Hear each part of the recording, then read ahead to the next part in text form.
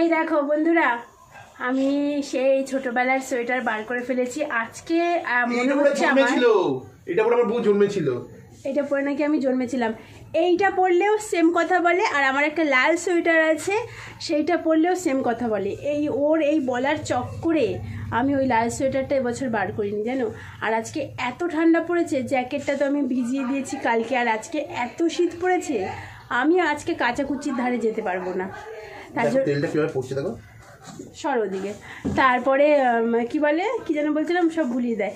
আজকে হচ্ছে আমি যেটা বলতে যাচ্ছিলাম যে আজকে মনে হচ্ছে কুলেস্ট ডে, মানে সব থেকে শীত। দেখো চড়াই পাখিগুলো আমার গলার আওয়াজ শুনে চলে এসেছে। একটা তেল কিনতে হবে দীপ, তেল শেষ। তেল শেষ হয়নি, জমে গেছে। আর কত নেবে গো? কোথায় নিলাম? ওটা গললে কত হবে জানো? কত হবে? গাদা এক মাথা চুল বানিয়েছে, কবে দিয়ে বলছি কাটো কাটো কাটো, কাটাকুটির সিন নেই।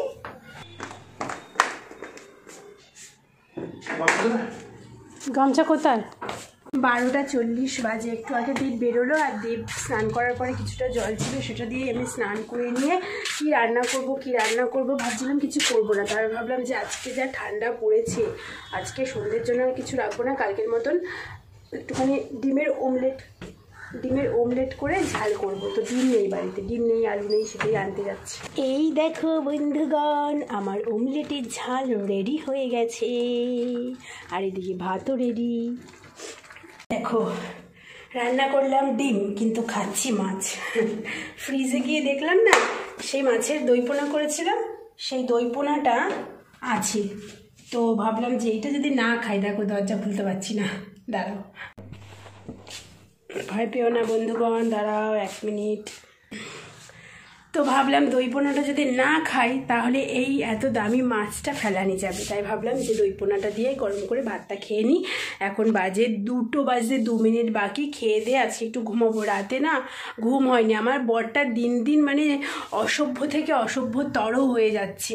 কালকে 1:40 বাজে রাতে, তখনও ফোন রাখছে না। আর মানে আমারও কেন জানি না, কালকে তো দুপুরে ঘুমাইনি। কালকে যারা ব্লগ দেখেছো তারা জানো যে দুপুরবেলা রান্নাঘরে কাজ করছিলাম, ঘুমোইনি। তারপরে রাতের বেলাও ঘুম পাচ্ছিল না। আর এত বেশি দেখবে অতিরিক্ত ঠান্ডা পড়লে না ঘুম আসে না, আমার হয় এটা, যাই না।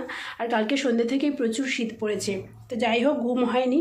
তারপরে আবার সকালবেলা কাজের দিদিটা তো 7:30টার সময় চলে আসে, এসে এই দরজাটাকে এরম করে ধাক্কা দেয়, আর পুরো আমরা দুজনেই ধরফর করে উঠে পড়ি। আছে এই যে ঘুম ভেঙেছে, তো তারপরে আর ঘুম হয়নি। উঠেছি কিন্তু 9:30টার সময়, তো কাজ নেই, কি করব উঠে। দীপ তো সকালে এমনিতেও খেতে চায় না, তো ওই জন্য উঠেও নি। সেই 9:30 চেষ্টা করছি আর একটু যদি ঘুম হয়। ঘুম আর আসে একবার ভেঙে গেলে, মাঝে মাঝে আসে না। তো চলো একটুখানি খেয়ে নিই, খেয়ে আজকে একটুখানি ঘুমানোর চেষ্টা করতে হবে, নাহলে শরীরটা না কেমন একটা নেতানো লাগছে, ভাল লাগছে না। মনে হচ্ছে চোখ বুজে আসছে, মাথা যন্ত্রণা করছে, গলা টলা শুকিয়ে যাচ্ছে, এরকম মনে হচ্ছে। চলো আসো, নিজের শরীর খারাপের কথা কি বলবো, খেয়ে দিয়ে রেস্ট নিই, তারপরে সন্ধ্যেবেলা দেখা হচ্ছে, ঠিক আছে? দেখো আরেকজন 4:30 পৌনে 5টা বাজে, সারাদিন কিছু খাইনি, বাড়িতে এলাম, বউ বললো মেরে না দীপ, তোমার মানে জিভ কেটে একদম বাদ দিয়ে দেবো। মিথ্যা কথা, তুমি কখন আমায় ফোন করে তো কান্নাকাটি করে একাকার কান্না। নিজে যখন ঢপ মারে তখন কিছু হয় না, আমি একটু সামান্য কিছু বললে পরে বাবা মেরে কাঞ্চাপাটি গরম করে দেবো। নিজে যখন লোকের নামে মিথ্যা কথা বলবে না, তখন কিছু হয় না। বড় আমাকে ঘুরতে নিয়ে গেলে এই করেনি ওই করেনি, দেখো পটানোর জন্য ওই এনেছে, একবার সামনে বললাম বউ রান্না করে দেয়নি, ওরে বাবা। গুড ইভিনিং বন্ধুরা, সোয়েটার মোজা আজকে সব পরেছি। আজকে জনমের দরজাটাই বন্ধ করতে ভুলে গেলাম। আজকে জনমের ঠান্ডা পড়েছে বন্ধুগণ, জনমের ঠান্ডা। ওই জন্য তাড়াতাড়ি খেয়ে নিচ্ছি আমরা অমলেটের ঝাল আর বাঁধাকপির তরকারি। চলো খেয়ে দিয়ে, ভাত লাগলে বলবো, অল্প করে দিয়েছি। বন্ধুগণ, this is next day morning, Saturday, 10:30 বাজে। আর আজকে একটু তাড়াতাড়ি ঘুম ভেঙে গেছে, প্রচণ্ড ঠান্ডায়, যদিও বা 3 দিন ধরেই তাড়াতাড়ি ঘুম ভেঙে যাচ্ছে। আর সকালবেলা এখন বাজার থেকে এলাম, আজকে অনেক কিছু বাজার করেছি, চলো তোমাদের সাথে বাজারগুলো শেয়ার করবো। আর দীপ বেরোবে এখন, দীপের জন্য জল গরম বসাতে হবে। কালকে এত ঠান্ডা লাগছিল না, আর তারপরে কিছু করারও ছিল না সেরকম তোমাদের সাথে যে শেয়ার করব। পুরো শুধু সারা সন্ধে কম্বল গায়ে গায়ে দিয়ে বসিয়েছিলাম, তারপরে রাতের বেলা ভাত আর ওই ডিমের ঝোল খেলাম, ডিমের অমলেটের ঝোল যে করেছিলাম।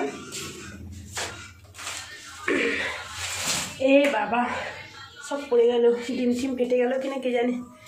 বাইরে পুরো হুড়হুড় হুড়হুড় করে বাইরে রাস্তায় বেরোলে মনে হচ্ছে যে মানে কোনো ঠান্ডার জায়গায় চলে এসেছি।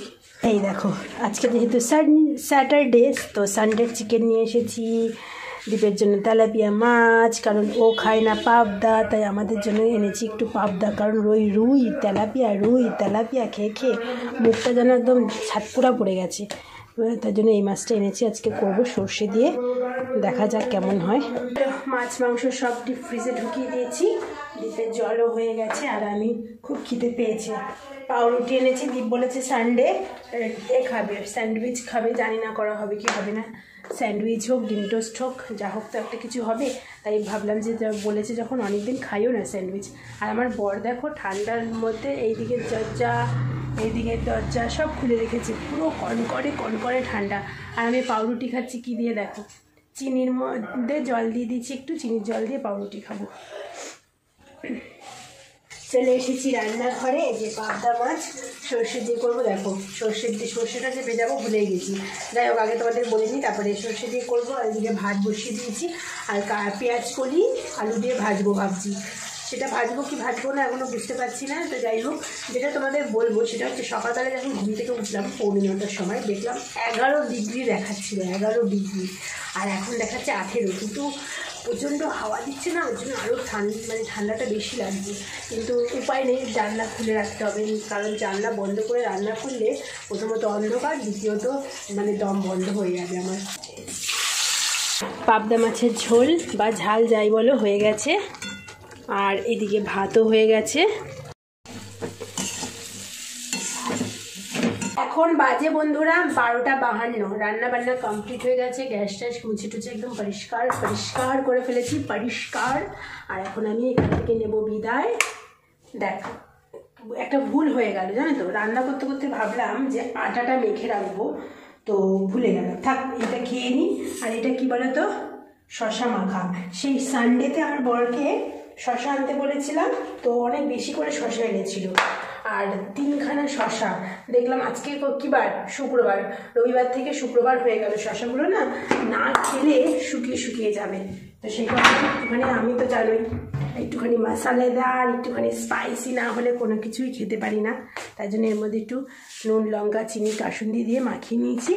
এটা খাবো, খেয়ে তারপরে আটাটা মেখে তারপরে স্নানে যাব। তারপরে আজকে রোদের তেজও নেই যে একটু স্নান করে একটুখানি ছাদে গিয়ে বসবো, গা গরম করবো।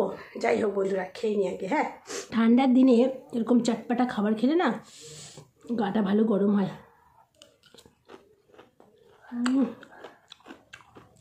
লেবু নেই, ওই জন্য একটু তেঁতুল নিয়েছি সামান্য।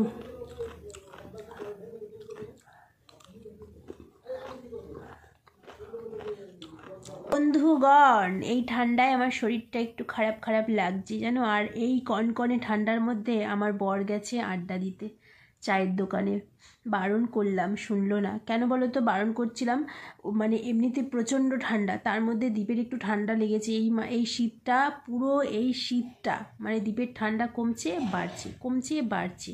আর চায়ের দোকানে যেখানটায় ওরা যায় না, তার ঠিক সামনেটাই পুকুর আছে, আর পুকুরের ধারে, তার ভাবো কত ঠান্ডা। তাই জন্য বারণ করছিলাম, বেশি বারণ করিনি, কয়েকবার বারণ করেছিলাম যাবেই ঠান্ডায় যেও না, এত ঠান্ডায় যেও না।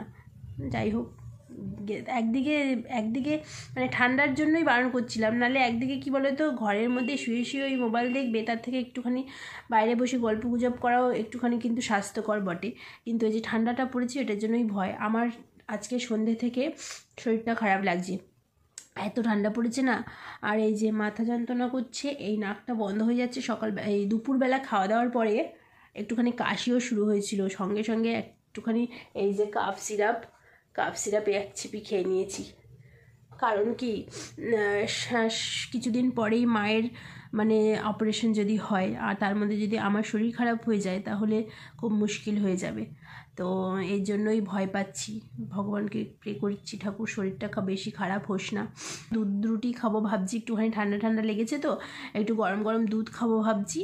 তো দুধ দিয়ে রুটি দিয়ে খাবো। দীপের খাওয়া হয়ে গেছে, ওর খিদে পেয়েছিল, আমি গরম গরম রুটি করে কালকের একটু চিলি চিকেন ছিল সেটা দিয়ে ওকে খেতে দিয়ে দিয়েছি। আমি ঠান্ডায় কষ্ট পেলেও আমার ঠান্ডাকালই ভালো লাগে, মানে ঠান্ডা মানে আরও ঠান্ডা পড়লেও আমার কোনো অসুবিধা নেই। একটু কষ্ট হয়, কাজবাজ করতে একটু কষ্ট হয়, শরীরটা হয়তো একটু জল টল বেশি ঘাটলেই ঠান্ডা লেগে যায়, এইটা হয় ঠিকই, কিন্তু তবুও বলবো শীতকালটাই বেটার। তোমরা কারা আমার সাথে মত অবশ্যই কমেন্ট করো, আর যারা অমত তারাও কমেন্ট করো, ঠিক আছে? তো চলো আর বেশি বক বক করবো না, এরপরে আর সেরকম কিছু শেয়ার করারও নেই তোমাদের সাথে, তাই ভাবলাম চলো tata bye bye good night, দেখা হচ্ছে কালকের ব্লগে। তোমরা প্লিজ একটু লাইক করো ভিডিওটা, সবাই দেখে চলে যাচ্ছ কিন্তু প্লিজ লাইক করছো না, প্লিজ সবাইকে একটাই রিকোয়েস্ট, একটু লাইক করো। তো চলো টাটা বাই বাই। আর বাচ্চাদের অবশ্যই সাবধানে রেখো, বয়স্কদেরও সাবধানে রেখো, বয়স্ক আর বাচ্চাদের কিন্তু বেশি চট করে ঠান্ডা লেগে যায়, বুঝলে? টাটা।